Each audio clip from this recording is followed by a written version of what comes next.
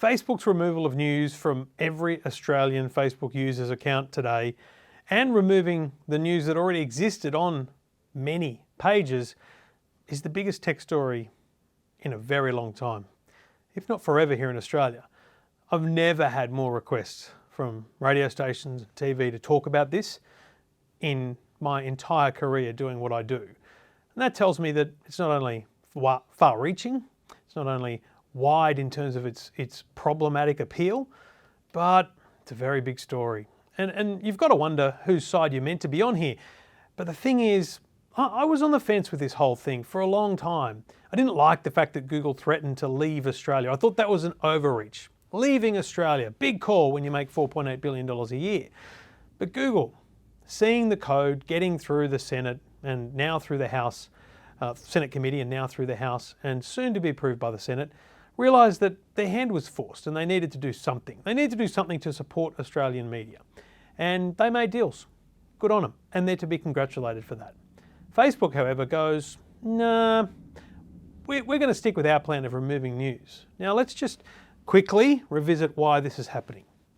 The government looked into the market power, the dominance of Facebook and Google, and they found that they absorb 70 to 80% of all digital ad revenue. Now, ad revenue is what has forever funded media. It's what's funded the TV shows you watch, the radio stations you listen to, and the newspapers you read. As we moved into digital, we had to find new ways of advertising, and banner ads and all these amazing fancy ads you see on the internet became part of that. But Google and Facebook have a power over us that no other company has, and that's information, data. They know so much about us that they're able to monetize us in a way far more efficient than any media company can. But media should evolve. That's what most people say. And it's true, media should evolve, and they have. But they still can't get enough of a slice of that pie that means that their business model overall isn't questionable, isn't problematic. And what happens when business models of media organizations are questioned or put under pressure? They don't cut reality TV. They don't cut sport. Those things make money. They cut news because they don't make money. News isn't paid for by the people in the news, so news doesn't make money.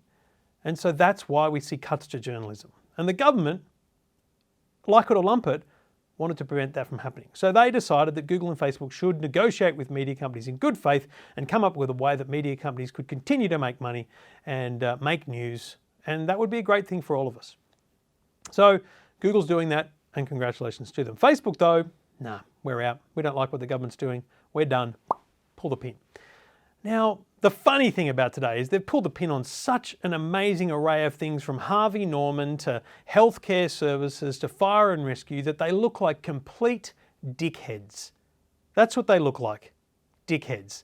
Their algorithm is so bad they couldn't work out what is media versus what is retail or what is government information like the Bureau of Meteorology.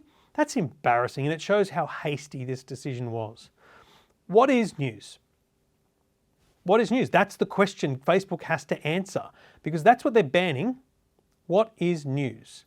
And then determine what can and can't be shared. Now, this is very personal for me, because I've said all along, and listen to any podcast I did with Stephen Fenech especially, we both shared the agreement that we didn't care what happened here. We don't want money. We just want to get the traffic, because that's how we share our content with our audiences. Now, if you look over my shoulder, I've got a counter here in the office that challenges me to grow my Facebook audience. I want more Facebook audience because I want to share with more people. But here's a little thing you don't know unless you run a Facebook page.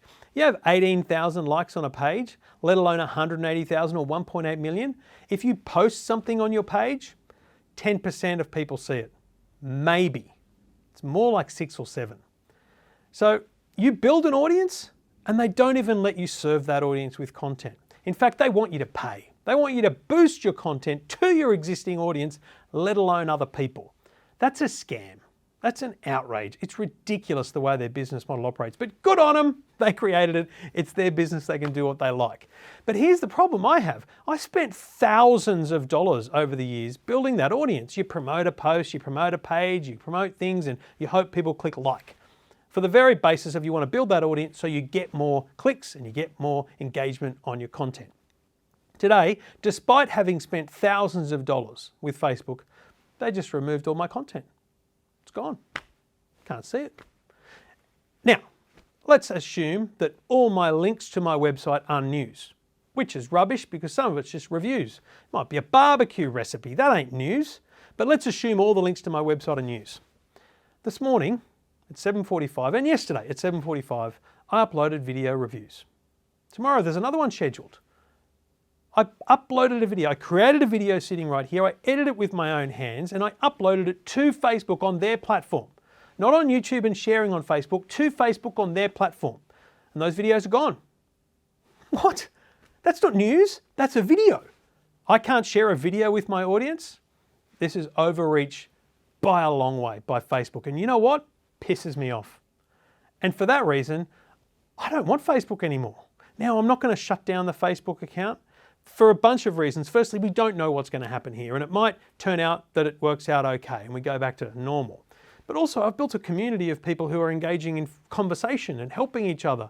I don't know what happens if I delete the page. Does that disappear too? We can't just take rash decisions here, like Facebook have. The problem is, we don't know. But I tell you the one thing we've learnt today.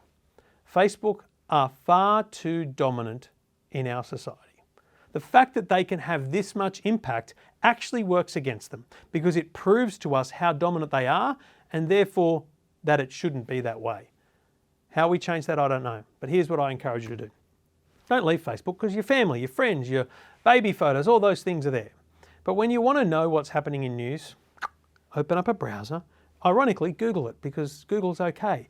But go to the website. Go to 9news.com.au, go to skynews.com.au, go to Channel 9, go to Channel 7, go to the websites, go to The Age, go to the Herald, go to the Daily Telegraph, go to the websites and read the news. Go to EFTM.com, look for tech and cars and lifestyle content.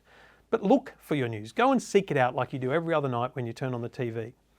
Look for content, find content and send it to your mates on WhatsApp. It's a Facebook platform, but that ain't under threat right now. Send them an iMessage, send them a text message, send them a Telegram, a Signal, an ICQ, whatever it is. Share content with your friends via other means. Because I think it's good to see what other people are reading. I think it's good to know what other people are engaging with because it helps us understand what everyone's thinking. And that's what we're not going to have here. What we've got now is a kind of a weird state media thing where there's going to be the ability for politicians to say stuff, but no media to respond. It's very strange and it looks like censorship and that's the way it comes across and I think that's what Facebook has done wrong. And personally, I just want to give the big middle finger to Facebook because it's just disgusting. It's overreach, it exerts too much power and I don't think it makes their point. Who knows what'll happen next. Hopefully, you'll keep clicking on EFTM.com and reading what we do there. Subscribe to the email newsletter on the site. Click on Join the Man Cave so that I can send you directly the content we do because we can do this without Facebook. And there'll be other ways too. So stay tuned, keep listening, keep watching, and hopefully we'll all get back to normal, maybe without our reliance on Facebook.